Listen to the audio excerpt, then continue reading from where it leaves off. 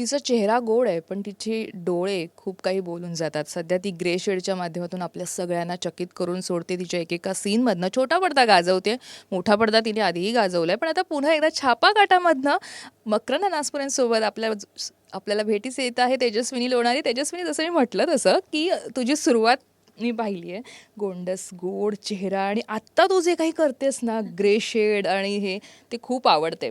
ते आपण बोलूच, पण छापाकाटाच्या निमित्ताने आपण भेटतोय, तर मला सुरुवातीला तुझे काही 5 सिनेमे मला वाटतं मकरंद अनासपुरे यांच्यासोबत आहेत. अगदी लहान, तू अगदी नवीन नवीन आलेलेस तेव्हापासून ते आत्तापर्यंत. एक तर ते ट्युनिंग या निमित्ताने सांगशील, आणि तो तुझा सिनेमाचा अनुभव, आणि कसा बदलत गेला तो पहिल्या सिनेमा त्यांच्यासोबत, म्हणजे पहिला सिनेमा आणि आत्ताचा हा सिनेमा. धरू सो थँक्यू. गोड चेहऱ्याचं तर बोलूच नका तुम्ही. मी तुम्हाला आपण आता जस्ट बोललो किती वर्षांपासून ओळखतो, तो छान वाटतं की इतक्या वर्षांनी ही ट्युनिंग, तीच लोक आपण भेटतो, तर आपला प्रवास किती छान झालाय याचा प्रत्यय येतो आपल्याला. सो सर्वात पहिले मकरंद सरांबरोबर हा माझा 6वा सिनेमा. यू आर राईट, 5 सिनेमे केले त्यांच्याबरोबर. वेगळाच कम्फर्ट झोन आहे, कारण आम्ही वैयक्तिक लेवलला सिनेमाच्या व्यतिरिक्त फार अगदी वाढदिवस असेल किंवा त्यांचं म्हणजे काही त्यांनी केल्यावर कॉंग्रॅच्युलेशन म्हणायला, किंवा माझं काही फार असं काम असेल तर त्यांचा एखादा कॉल, माझ्या आईशी त्यांची चांगली मैत्री असल्यामुळे तिच्या, अदरवाईज आमचं काहीच टचमध्ये नसतो. आणि कट्टू सिनेमाच्या वेळेस भेटतो तेव्हा आय थिंक ते दरवेळेस एक फ्रेशनेस असतो त्या जोडीमध्ये. म्हणजे जर he is Makarand sir for me, त्यांनी मला in a way comic sense त्यांचा बघून बघून जर थोडाफार कॉमिक सेन्स माझ्यात आला असेल आता 6व्या सिनेमापर्यंत, तो त्यांच्यामुळे डेफिनेटली. आणि खूप साऱ्या गोष्टी त्यांनी शिकवल्या आहेत पहिल्या सिनेमापासून.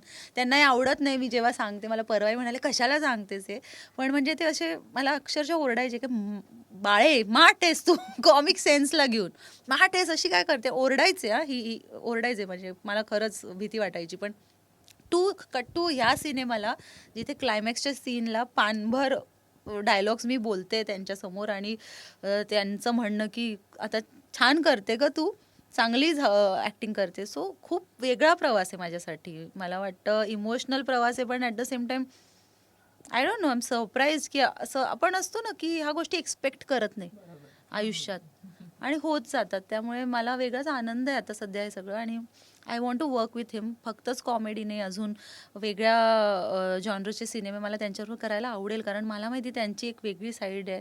जसं तुम्ही म्हणालात मी कॉमेडी आणि एक टिपिकल हिरोईनवरून आता विलन किंवा हेही एक्सप्लोअर करते, तसं त्यांच्याकडे ती साईड खूप वेगळी आहे, आणि मला ते काहीतरी एक्सप्लोअर करायला आवडेल त्यांच्याबरोबर.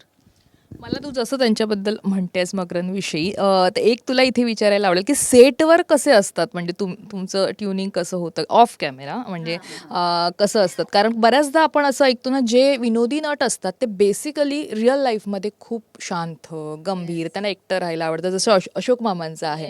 ते पर्सनल ह्याच्यात ते खूप शांत आहेत, पण पडद्यावर ते फाडून खातात पूर्ण. तसं मकरंद अनासपुरेनं तू जवळून अनुभवशील, काय सांगशील? नाही, जवळजवळ त्यांचं तसंच आहे. म्हणजे वायफळ बडबड नाही, फालतू मस्ती नाही, पण अगदीच अलिप्त नाही राहते. ते शांत असतात सर, पण सीनच्या आधीमध्ये किंवा त्यांना जर कळतं, he reads the room very nicely, त्यांना कळतं की नाही कम्फर्ट क्रिएट करायची गरज आहे, तर देन ते खूप जोवियल असतात, बोलतात, गप्पा मारतात. पण तुम्ही बरोबर बोलताय की वेळोवेळी ते तसे शांत नट, म्हणजे off camera is a very quiet, खूप इंटेलिजंट. आपण म्हणजे त्यांचं ते बाळ असं ते बघतो, त्याचा ऑपोजिट आहे मकरंद अनासपुरे. म्हणजे वाचन, मला एक गोष्ट त्यांच्याकडनं मी नकळत शिकले की एका अभिनेत्याने, ते आणि मिलिंद शिंदे सर, सेटवर सतत आपल्याकडे एक पुस्तक असणं, वेळोवेळी ते वाचणं, आपण सोशल असणं, पण आपण एका बाजूला, म्हणजे हे सगळ्या ट्रेट्स आहेत त्यांच्यात. ते अतिशय शांत आहे, पण धमाल मस्तीही करतात वेळ आली की. त्यांचे जे जुने, म्हणजे ह्या सिनेमात जे जुने त्यांचे काही विजय पाटकर सरांबरोबर, पंकज विष्णू सरांबरोबर असे बसायचे तेव्हा धमाल मस्ती करायचे, तर तेही आहे. पण ओव्हरऑल इन जनरल शांत माणूस आहे ते. Off camera is quiet and intelligent. छापाकाटामध्ये तुझी भूमिका नेमकी कशा प्रकारची आहे, आणि कसं आहे ते एकंदरीत ते रोलचा ग्राफ? छापाकाटा ना ॲक्च्युली अशा स्टेजला आलं माझ्याकडे ना, टू बी व्हेरी ऑनेस्ट, जेव्हा मी फार विचार नाही करत होते. म्हणजे कारण देव माणूस आणि कंटिन्यूस चालू होतं. आणि छापाकाट्यासाठी आलं तर माझ्यासाठी मेन USP होतं मकरंद अनासपुरे सर आहे. म्हणलं अरे बापरे, आपण खूप दिवस झाले त्यांच्या बरोबर सिनेमा केला नाही. तर ऑफकोर्स होय. आणि टिपिकल कॉमेडी आहे, इमोशनल कॉमेडी मी म्हणते. हा खूप असं कॉमेडी, उथळ कॉमेडी नाही, हा खूप इमोशनल कॉमेडी आहे. तर हिरोईन आहे त्यांची. म्हटलं अरे वा. आणि बेसिकली मी एक शनाया म्हणून, शनाया अशी मुलगी आहे की बिनधास्त आहे. आय थिंक न कळत मला तेव्हा कॅरेक्टरायझेशनमध्ये नाही कळलं, पण I think I am representing हल्लीच्या ज्या स्ट्रॉंग ओपिनियटेड मुली आहे. मी मगासच्या पण इंटरव्ह्यूमध्ये तेच म्हणाले की असं ना, एक पोस्ट, एक ठराविक वर्षानंतर तुम्हाला जेव्हा लग्न संस्था ह्या सगळ्या गोष्टींवर विचार करायची वेळ येते, तेव्हा काय तर ती जर्नी शनाया एकदम तशी सिम्पल, आपण म्हणतो ना बिंदास मुलगी, लंडनवरनं आली आहे. ती लंडनला असते, त्यामुळे इंडियन कल्चरचं फार काही आवड नाही आहे. पण आजोबा तिचे प्रॉपर इंडियन आहे आणि आजोबांच्या प्रेमाखातीर इथे येऊन मग कशी तिची लाईफ बदलते. टिपिकल छान अशी तिची स्टोरी आहे आणि उथळ वाटणारी, पण काही परिस्थितीमुळे मग तिलाच कळतं की उथळपणा फार काही काळ टिकत नाही. ते कसं फील गुड कॅरेक्टर आहे, म्हणजे गुड आहे. ग्राफ आहे तिला start to end, where she goes. It's a good character. सिनेमाचं नाव छापा काटा आहे. आपण लहानपणी तो खेळासाठी वापरायचो, छापा की काटा. बेसिकली तुला असं आठवते कधी कुठल्या गोष्टीसाठी तू छापा की काटा असं केलंयस आणि काय तू जिंकलीयस त्याच्यात? मी जिंकले नाहीये, पण करायचे मी. बेट लावली की, किंवा बेट लावली की हा झापा काटा वगैरे. पण तुला माहितीये, मी नेहमी ना कन्फ्युज होते की असतं ना की हा पडला की मग मी जिंकले, की मग तो पडला की तू जिंकला, म्हणजे ते ते ते तसं. सो गंमत आहे. आपण म्हणतो ही म्हणच की every coin has its two side. ते अप्लायज ह्युमन इमोशनमध्ये पण. तर गमतीशीर आहे. मी करायचे लहानपणी, एवढ्यात नाही, खरं सांगू नाही. म्हणजे मी एवढ्यात आता ह्या प्रमोशन्सच्या निमित्ताने मी कॉइन हातात घेतलाय. कधी आपण किती पूर्वीच्या गोष्टी किती विसरून जातो ना, याच्यामुळे मला कळलं. आता मी नाही एवढ्यात केलंय, मग आजपासून ट्राय करतेय. चला आता आपण करायला पाहिजे होतं बेट. सो एवढ्यात तरी नाही केलं, पण करायचे मी लहानपणी अशी बेट बीट. तू जसं आत्ता म्हणालीस की नाण्याच्या दोन बाजू असतात, तेजस्विनी म्हटलं की तिच्या नेमक्या दोन बाजूच्या खास करून तुला आता इथे सांगावीशी वाटेल की तुला ही माझी साईड आहे आणि ही पण मीच आहे, जी कदाचित लोकांना माहीत नाही आहे. दुसरी बाजू मी ना खूप प्रयत्न करते. म्हणजे आता हा खूप माहीत नाही, म्हणजे कदाचित तुम्ही बोरही व्हाल ह्या 2 मिनिटात पुढच्या मी जे बोलताना. मी प्रयत्न करते की मी जी आहे ना ती सगळ्यांसाठी सेम असावी. म्हणजे माझी काही, हे अशक्य आहे आपल्याला. We have to have faces, we have to keep. पण प्रयत्न करते. म्हणजे कसं की मी जी ऑडियन्ससाठी आहे तीच मी माझ्या फॅमिलीसाठी पण तशीच असावी. हे खूप रेअर अचीव करायला खूप अवघड आहे, कारण आपण ना नकळत कळत रोल्स बदलतो. पण तुम्ही जेव्हा बघाल ना, म्हणजे खूप वर्षांपूर्वी मी ह्याच्यावर विचार करत होते. काही कम्पॅरिझन किंवा काही नाही, तुम्ही जर बघाल की ऑन अँड ऑफ मी सद्गुरूंचं ऐकते, किंवा हे जे काही लर्न्ड स्पिरिच्युअल टीचर्स म्हणूयात, ते बघा ना, ते सगळ्यांसाठी सेमच असतं. तुम्ही बघता का सद्गुरू याच्यासाठी वेगळा वागतो किंवा त्याच्यासाठी, म्हणजे दिस इज काय आहे, ते ह्युमनली इम्पॉसिबल आहे आपल्याला. पण मी प्रयत्न करते. म्हणजे मी समजा मी खूप फेस व्हॅल्यूला घेते, म्हणजे माझ्यासाठी समोरचा पण सेमच आहे. माझी ती मे बी वीकनेस आहे की मी खूप फेस व्हॅल्यूवर, म्हणजे समोरचा जर म्हणाला ना अरे ते ईस्ट आहे, हा बोलतोय तर हे ईस्टच आहे, हा माझा स्वभाव ओव्हरऑल सगळ्यांसाठी सेमच आहे. मी प्रयत्न करते ना की तो आहे म्हणजे सेम असावा. फक्त माझी दुसरी बाजू जी आहे ना, म्हणजे बाजू नाही म्हणता येणार, माझं एक गोष्ट आहे की मी खूप OCD पर्सन आहे. म्हणजे मला गोष्टी नीटनेटक्या लागतात, व्यवस्थित सगळं लागतं, मॅनेजमेंट लागते. ती आपण दरवेळेस तर सगळ्यांसमोर ती बाजू येत नाही, तर कदाचित ती माहीत नसेल लोकांना. पण ideally I am what I am. मी शक्यतो नाही बदलत की इकडे ह्या, म्हणजे माझ्या मैत्रीमध्ये पण मी सेमच मैत्रीण आहे सगळ्यांसाठी. मी सेमच आहे सगळ्यांसाठी. I try to do that. ते अवघड आहे, पण I try to do that.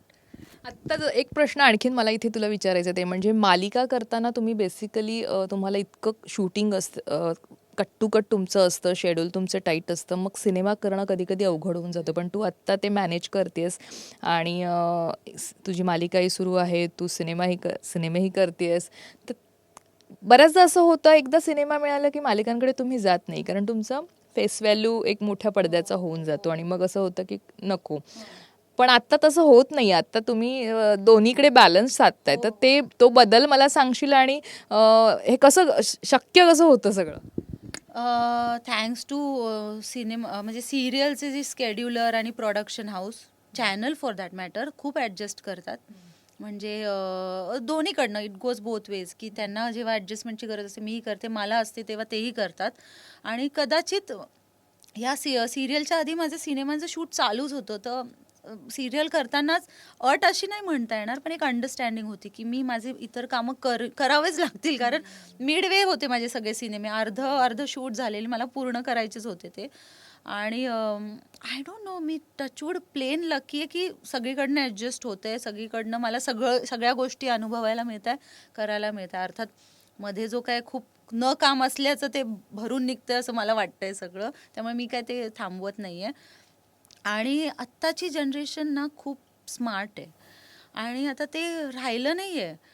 मालिका नाही करायच्या, सिनेमे नाही करायचे, हे नाही करायचं, एक साचेबद्ध जगत नाही आहेत. People are very smart, they want to explore everything. आणि का नाही, म्हणजे OTT आहे, मालिकांमध्ये रीच. आता मी जी मालिका करते त्याच्यामुळे, त्या रीचमुळे ह्या सिनेमालाही फायदा होईल आणि या सिनेमामुळे मला उद्या कुठल्याही चॅनलमध्ये दुसरी मालिका करायलाही फायदा होईल. सो मी म्हटलं आता खूप स्मार्टली सगळे वावरत आहे, इगो ठेवून कोणी कामं करत नाहीये आणि लीडच करायचं आहे, कॅरेक्टरच करायचं, तेही राहिलं नाहीये. सो ओपन टू ऑल असल्यामुळे कामही मिळतात आणि करायला I think it's a very healthy situation आत्ता. फक्त फिजिबिलिटी वाईज, कारण शूट मालिकांचं तुम्हाला मंथली करावं लागतं, त्या गोष्टीमुळे डिफिकल्ट होतं. अदरवाईज सगळीच कामं करायला काहीच अवघड नाही आहे सध्याच्या ह्याच्यात. आता हिरोईनच व्हायचे असं हे राहिलेलं नाहीये. आता खलनायिका व्हायला पण सगळे उत्सुक असतात. तर या बदलाविषयी सांगशील? आणि तू आत्ता ग्रे शेड्स जसं देवमाणूस झालं त्यानंतर तू आत्ता मालिका करतेस तिच्यातही तुझी ग्रे शेड आहे. सो आपण त्याला खलनायिका आपण म्हणतो की ती खलनायिका आहे मालिकेची. सो एक लीड कॅरेक्टर केल्यानंतर अशा भूमिका स्वीकारणं किंवा अशा हे करणं आणि आपली एक वेगळी बाजूही निर्माण करणं की मी हेही करू शकते. पण हे रिस्क वाटते का? हां, मला ना घेताना मी म्हटलं तसं मी खूप न्यूट्रल असते ना, तर तेव्हा हेही आलं तेव्हा आय वॉज न्यूट्रल. अर्थात आधी माझ्या इनिशियल डेज करिअरच्या, कारण इतर सांगायचे म्हणून मी खूप चूझी होते की लीडच करायला पाहिजे, असंच करायला पाहिजे, थोडं पण निगेटिव्ह नाही.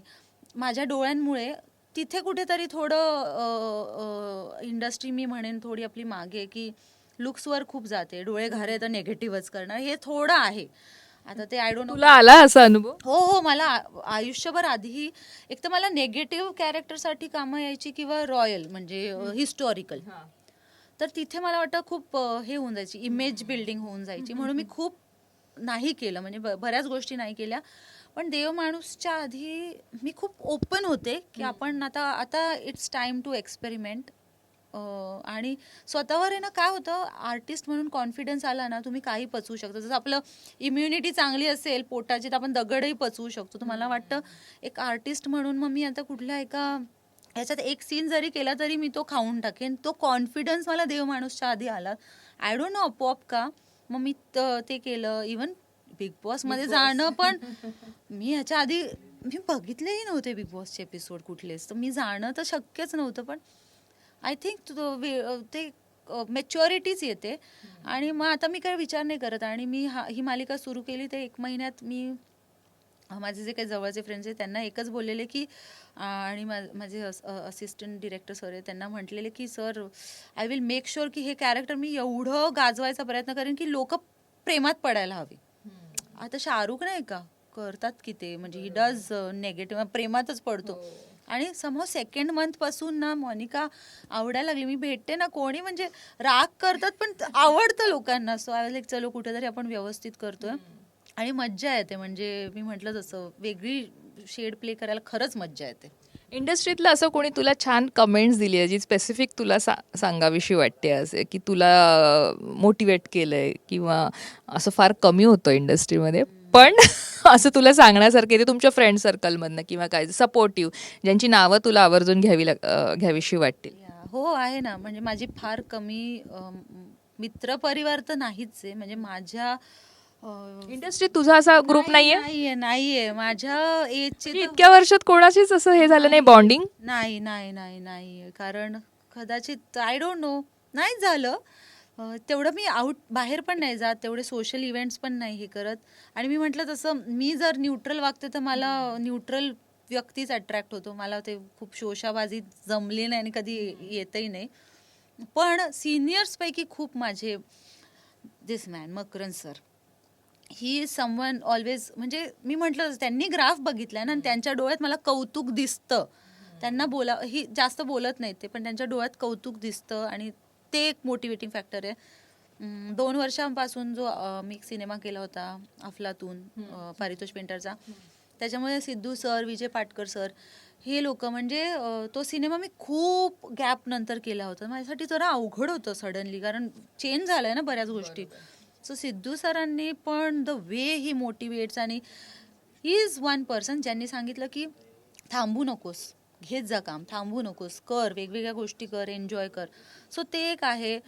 आणि जेही बाकीचे भेटतात ते मोटिवेटच करतात, पण मैत्रीण किंवा मित्र असं कोणी नाही आहे. हे जे सिनियर कलाकार आहे हेच मला छान गाईड करतात. महेश मांजरेकर सर आहेत ॲक्च्युली पोस्ट बिग बॉस.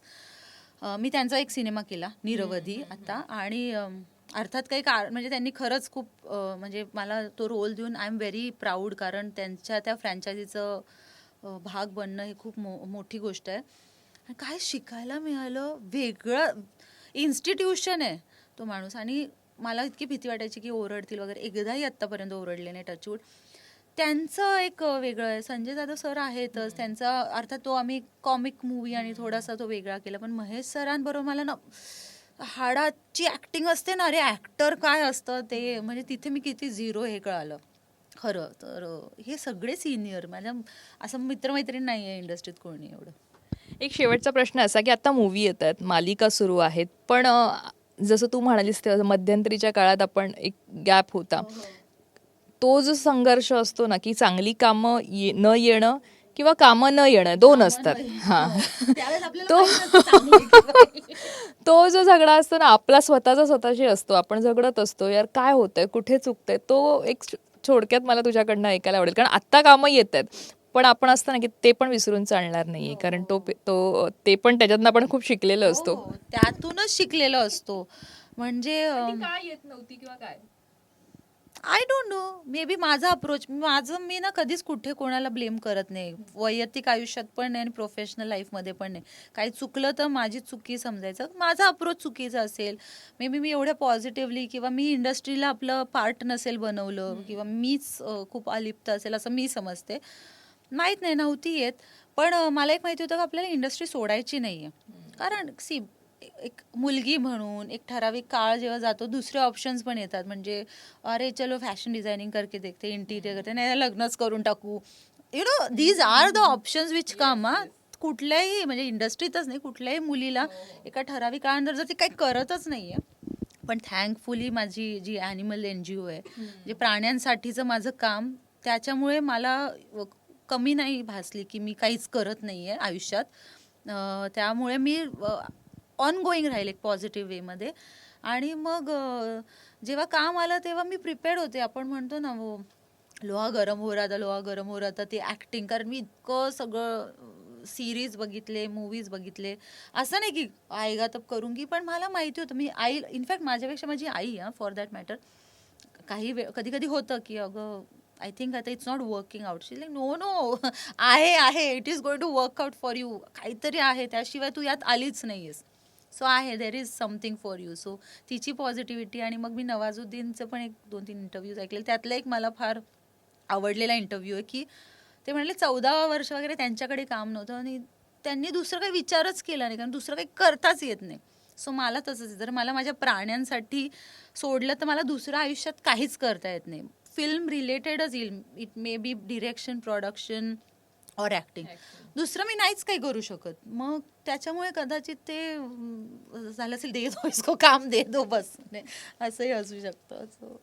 तू आता सद्गुरूंचं पण म्हणालीस तर तू कोणाला फॉलो करतेस आणि तू जी स्पिरिच्युअल थोडक्यात स्पिरिच्युअल ह्याच्यावर तुझा विश्वास किती आहे? कारण कदाचित बऱ्याचदा स्पिरिच्युअल जी शक्ती असते ती आपल्याला या सगळ्यातनं सर्व्हाइव्ह करून देते. हो स्पिरिच्युअल आणि इफ यू सी ना आजकालच्या जमान्यात जेवढी नेगेटिव्हिटी आहे पण आपण तेवढीच पॉझिटिव्हिटी पण आहे और अदर जेवढी पॉझिटिव्हिटी आहे तेवढीच नेगेटिव्हिटी पण आहे आणि ती प्रकर्षाने दिसते. If you open up reels काय सो मी पहिल्यापासून स्पिरिच्युअलच होते रादर मी रिलिजियस होते हे म्हणायला काही हरकत नाही. मी खूप रिलिजियस होते. मग मी over the period of time मी स्पिरिच्युअल झाले आणि सद्गुरूंचं एक 80% मला त्यांचं आवडतं. ते जे काय सांगतात खूप प्रॅक्टिकल बोलतात. ते काही आपल्याला कामधंदे सोडून आश्रम में जाके बैठो असं काही म्हणत नाही. Very practical man that person is so I like त्यांचं. इतरही आहेत मी ऐकते आणि मला वाटतं स्वतःचीच एक स्टाईल मी डेव्हलप केली. मला माझी स्पिरिच्युअलिटी तुला याचा पर्सनल याच्यात कुठे फायदा म्हणजे हे फायदा in the sense किंवा अनुभव आलाय असं आपण म्हणतो अनुभूती झाली? हो डिसिजन मेकिंगला when you are very compose तुम्ही कंपोज राहता ना म्हणजे देव माणूसला हो म्हणणं. कारण बऱ्याच गोष्टी ऑड जात होत्या. वाईला जाऊन शूट करणं जे मी कधीच आयुष्यात केलं नसतं. मग ट्रॅकच आहे फक्त 15 डेजचा जो 5 महिने चालला पण तो 15 दिवसाचा आहे म्हणून मी नाही बोलले असते. अरे वो तो ट्रॅक ही आहे ना कॅरेक्टरही. पण मी त्याला कसं घेतलं oh they are calling me as a track not as a character. So मी तो फाडून टाकेल. मग ते 5 महिने चालला आणि मग तो ती डिसिजन इवन बिग बॉस आलं तेव्हा मी युजली खूप विचार करून हे पण मी बिग बॉसचं मी करते असं. तर जे डिसिजन आपलं इन्स्टिंक्ट आहे ना स्ट्रॉंग होतात. That is what I feel. आपण म्हणतो ना प्रार्थना करतो ना मला सद्बुद्धी दे. स्पिरिच्युअलिटीमध्ये तुमची ती हायटंड होते बस. रुद्राक्षाची माळ हा त्याच्यासाठी हा मी झाले आता बरीच वर्ष झाले मी घालते. एक basically spiritual. Yes I have become over the period of time very spiritual. निश्चित. आणि अर्थात जसं तू म्हणालीस तसं ही सगळी आपण जे काही करतो ते कुठे ना कुठे कामात फायद्याचं असतं. तसंच सिनेमाही लोकांपर्यंत पोहोचेल आणि अर्थात याच्या पुढेही बरीच जी कामं तू करशील मग निगेटिव्ह असू देत पॉझिटिव्ह रोलमध्ये असू देत ती आमच्यापर्यंत पोहोचतील आणि अशीच कामं तू करत जा. आमच्याकडनं यासाठी शुभेच्छा. Thank you so much. आणि मी एवढंच सांगेन की हा सिनेमा फक्त कॉमेडी नसून म्हणजे म्हणतो ना नाण्याची दोन बाजू तसं इमोशनल कॉमेडी हा भाग आहे. कारण तो जो सब्जेक्ट आहे तो जर सिरियस केला तर कदाचित लोक बघायला जाणार नाही. पण तो कॉमिकली इमोशन्स इतके छान केलेले आहेत. स्टोरी इतकी सुंदर आहे आणि सगळं एक फील गुड सिनेमा आहे. तर मला मनापासून वाटतं की लोकांना आवडेल असं मला एक पॉझिटिव्ह फिलिंग आहे आणि म्हणजे बघतील लोक जाऊन. तर थँक्यू फॉर एक प्लॅटफॉर्म दिला जिथे ह्याच्याबद्दल बोलू शकतो आपण आणि लोकांना अजून सांगू शकतो की जा आणि बघा हा सिनेमा. थँक्यू. थँक्यू.